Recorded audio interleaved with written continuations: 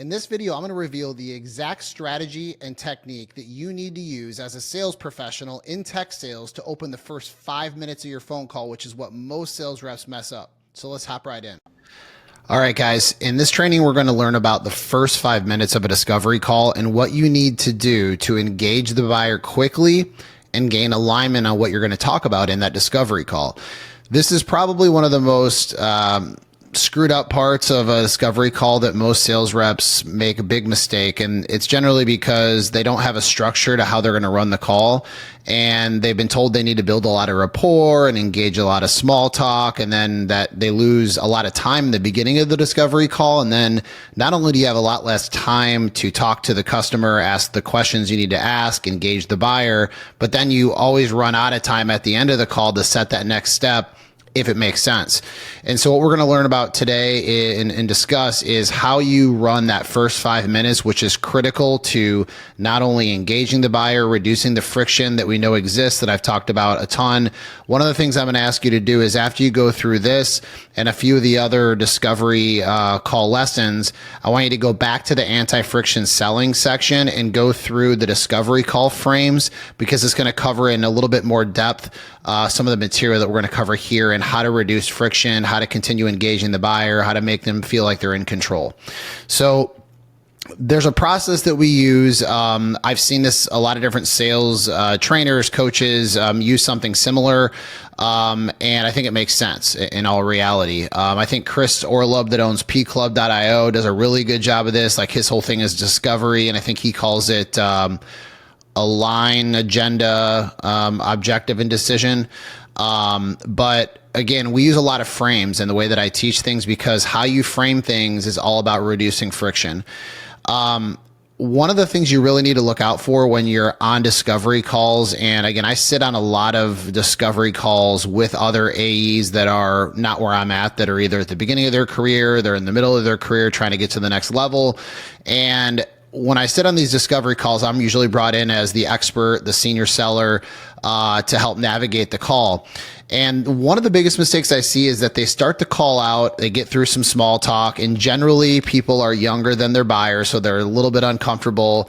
Oftentimes I joke, because you may be the same age as the buyer's child if you're a younger sales rep. If you're older like me and you're in your 40s, not the case, right? And you're going to feel more comfortable because you've been doing this a long time. But once you get through that short small talk section of the discovery call, what I oftentimes find is that either there's no small talk and they jump right into what they want to talk about, or there's too much small talk and then they have to rush to get into what they'd like to cover. And this is the big mistake. The discovery call is about the customer. Now, I know it feels like it's about us because we're trying to do discovery to learn more about their business. And oftentimes, like what I've done in the past that hasn't worked out well is like, hey, I'm, the purpose of this call so I can learn more about your business, see if there are ways to help you. Okay, that's not good. That does not work anymore. That's very, very much a generalist type mentality. And obviously, the less information that you have, the more you need to keep conversations and questions more open, because you are trying to learn. But remember, the discovery call is about the customer. So what you want to get out of the call, you have to phrase that in a very specific way, so that it's not about, hey, I want to tell you about this, I want to learn about this, I want to learn about that. That's all about you, right? If you think about, you're taking time away from the customer, the prospect, out of their busy day. And if all you want to cover is what you want to learn, what they can tell you, obviously, yeah, that's the idea. We're going to get them talking, and so we can learn to then help get to business pain and figure out the problems and the root cause. But that can't be how you kick off the call, because if you were on the other side of the table or on the other side of the Microsoft Teams or Zoom video, and you're on the other camera, and you're talking to this person, and they're like, okay, so they want to cover all these things. They want me to do all the talking. And it's like, where's the value? Right? Where's the value? You just told me, you called me out of the blue, you emailed me out of the blue. Maybe you are doing work in our business already, in our company, but I don't know you. You better bring some freaking value to the conversation. And so we're going to get into that later, but we're going to start with how you kick off this first 5 minutes. So the first section is this framing and aligning. And one of the first questions after I get through small talk, and we're going to get through kind of a talk track that you can use as an example, doesn't have to be exactly like this, but I usually like to ask, like, after I get through the small talk, hey, I'm just curious, what got you interested in the call? Because you get a lot of calls, you get a lot of cold emails, something that we talked about or that I said got you interested. I'm just curious what that was. That's a great place to start because it frames the conversation on what it is that caught their attention, because something caught their attention. It could be, hey, you're working with other buyers in their organization. It could be something you said resonated with them because they have a similar problem. It could be you referenced something industry specific. Might have been a really appropriate trigger that you used. Maybe it was that you just did your research and they thought, hey, you know what, a salesperson that finally did their research and wasn't just doing the spray and pray technique. Hey, I hope you're getting a ton of value from this video. If you want more trainings like this, you can hop into ESA On Demand, which is like Netflix for sales professionals. By clicking the link down below, you can test drive ESA On Demand for free for the first 7 days.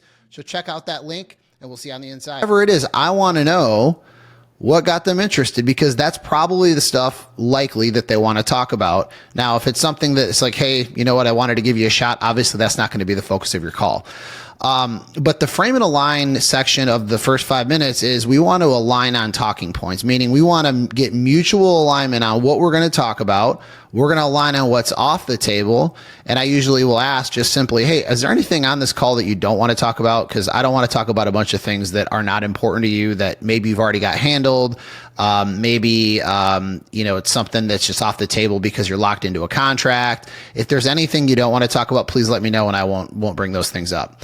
And then we want to align on mutual goals, right? And so the goal of a call ideally should be to determine if there is alignment between their business problem and your offering. So whether it's a software, whether it's a service, whether it's a product, whatever it is, if there's alignment between their problem and what it is that you sell that provides value to help them solve that problem or reach a goal, then you guys can determine if it's the right fit to move to a next step. Not pitch your product, but move to the next step, whatever it is that's appropriate based on their perspective, not yours. Now, you obviously can interject and add some of your own ideas to the table, but you need to get their feedback. The second step is you need to align on an agenda. Now, here's the thing.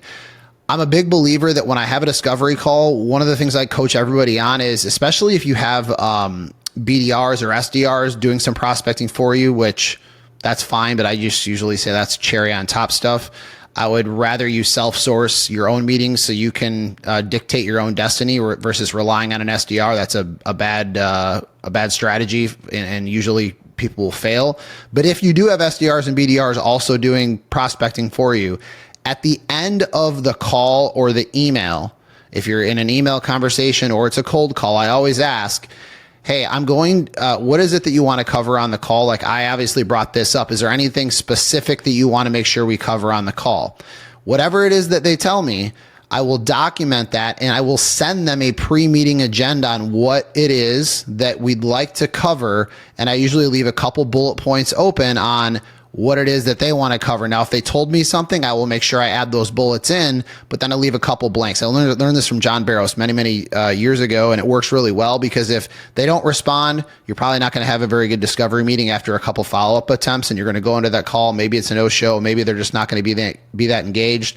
But then once they get on the call, I'm going to set the expectations for the agenda and outline the key topics we're going to cover. And I'm going to ask if there's anything that would be relevant or beneficial to discuss on the call. Again, I'm going to keep kind of poking the bear on, hey, what is it that you want to talk about? What got you interested in the call? Now, I got to have some situational awareness here. If they're like, well, like I said, what's important to me is X, Y, Z. Don't just keep asking that question. But I might say, hey, anything else that's related to that topic that's important we covered? Or, hey, what's on your mind related to X, Y, Z that's of interest to you that I can share that's valuable? I'm happy to share industry perspective. I'm happy to share a perspective about, this specific technology or a migration or whatever it is that you have a point of view on, which is the value, or if it's connecting dots on, hey, this is how other people are looking at that problem. That's what we're looking for here. The third section or third part of this 5 minutes of buyer engagement is we're going to set goals and objectives. So we're going to clearly articulate the purpose of the call, the desired outcome, and in making sure, again, that there's alignment with the buyer's needs. And it's important to get the buyer engaged on, again, what they want to talk about. I'm going to keep hammering this home. It's what they want to talk about. If you talk about what you want to talk about, not very interesting for them. Right now, you can bring topics up and say, hey, this is happening in the industry. What's your perspective on it? What's your take? How are you guys looking at this problem? That's okay, as long as it ties back into what the main focus that you're there to talk about that they dictate. And then the decision, right? You're going to decision on a path forward. The decision is not, do I want to buy your product or not? Of course, right? This is B2B sales. This isn't B2C. It's, is there alignment? Do we both agree that there's alignment? And there could be scenarios where you say, hey, you know what, based on what you've shared, it really sounds like there's a lot more to unpack here. I do think that there is alignment based on A, B, and C. Would love to see what your take is. And then you get their feedback, because the last thing I want to do, and again, another mistake is, hey, would love to help you out with this. We definitely think we can help. And then the buyer in the back of their mind's like, yeah, I don't believe there's alignment here. You sound like everybody else. I want to start pulling out those objections early to determine, do they really think there's alignment? Do they make sense? Does it make sense to them to have a next step? And if not, why? Or if so, why? I might ask them, hey, that's great that you think there's alignment. I tend to agree. Just curious why it is that you feel that way.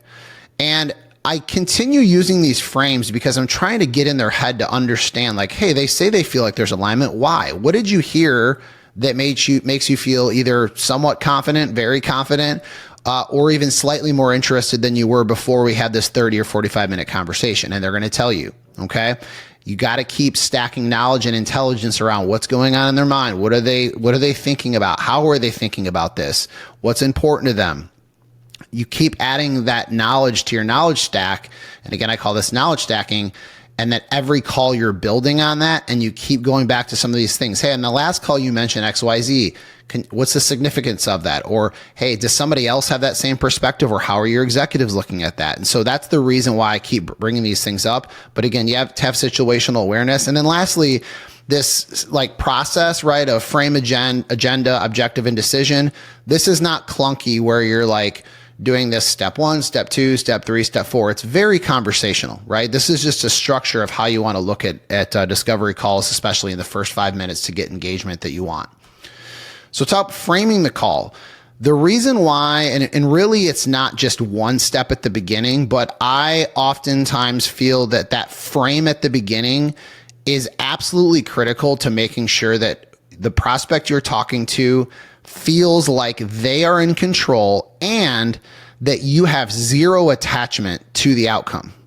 What do we know about most sellers? They're trying to pitch their product. They're trying to push their product or service on the other person. They're overly confident in their ability to help. They lack situational awareness of the competitive landscape.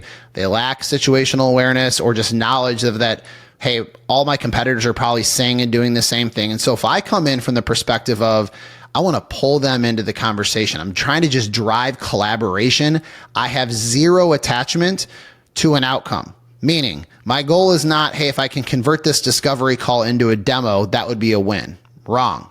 I know that's what your sales manager is telling you. I know that's what your VPs are telling you, is that we need to drive more demos, or we need to, take more discovery calls to the next step, whatever that next step is in your specific sales process. But when you have an agenda of what you're trying to get out of the call, guess what? Your actions are going to lead that expectation.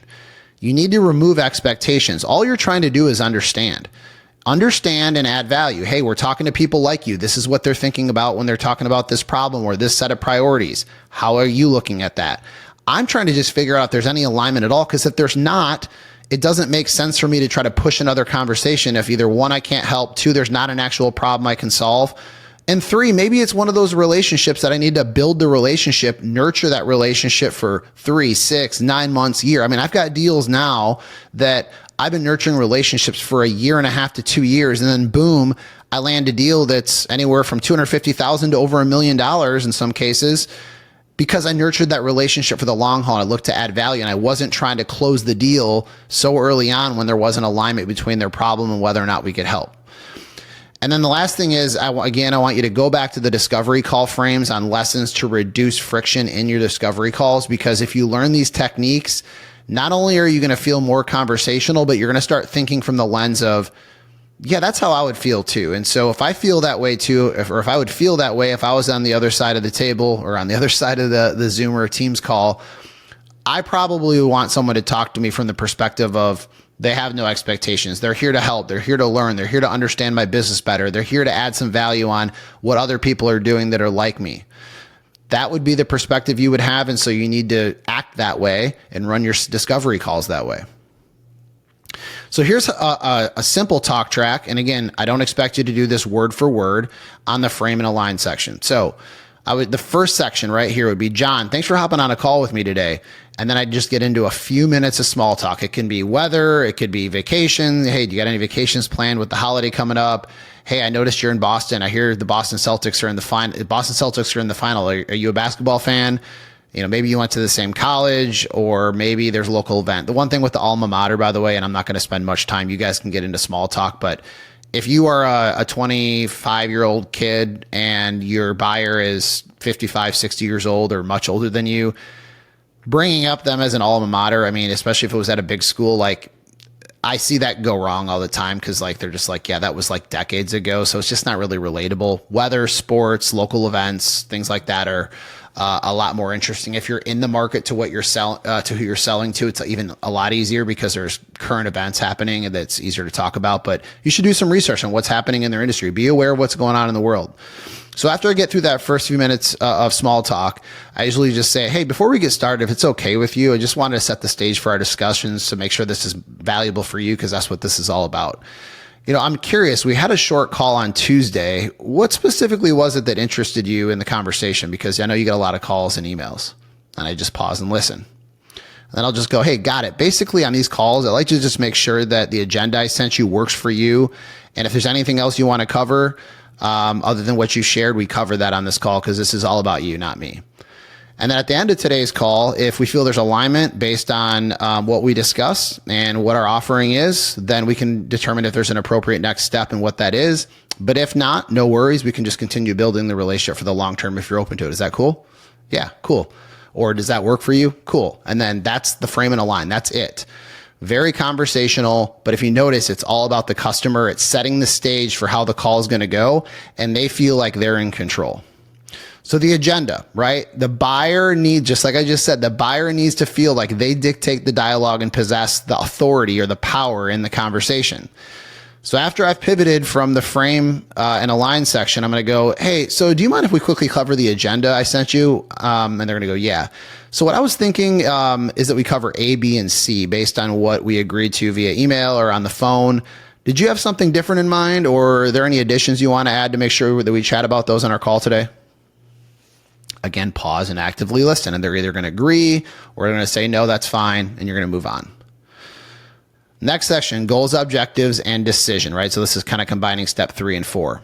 So I'm going to re-articulate what their interest was in the call and the purpose of the call. Hey, so John, you mentioned your interest was X, Y, Z. So we're going to make sure we cover that on today's call. Is there anything else that you want to come away with, like as an outcome from this call? So you're taking 45 minutes out of your day to spend with me. What do you want to make sure that you get out of this since you just, spent some time with me? And they're going to say, really what I'm looking for is to see if, your services or learn more about your software to see if it, checks some of the boxes we're looking for from a technical aspect, as well as if it aligns, possibly for pricing. So now I know that, at this phase, I'm probably not going to talk about pricing unless I can, right? It's never something I'm trying to hide. And I have a better idea of what the outcomes they're looking for, because that's what I'm going to try to get to, is so that at the end of the call, they feel like they got out of the call what they wanted. That's a big thing that reps make a mistake of, is like they're not listening and they keep running these calls based on this list of slew of questions that they want to ask that their sales manager or sales leader told them they should ask to do a great job in discovery, and they actually learn nothing because they're just asking these pre-baked questions and not actively listening and talking about and asking questions related to what the customer wants to talk about.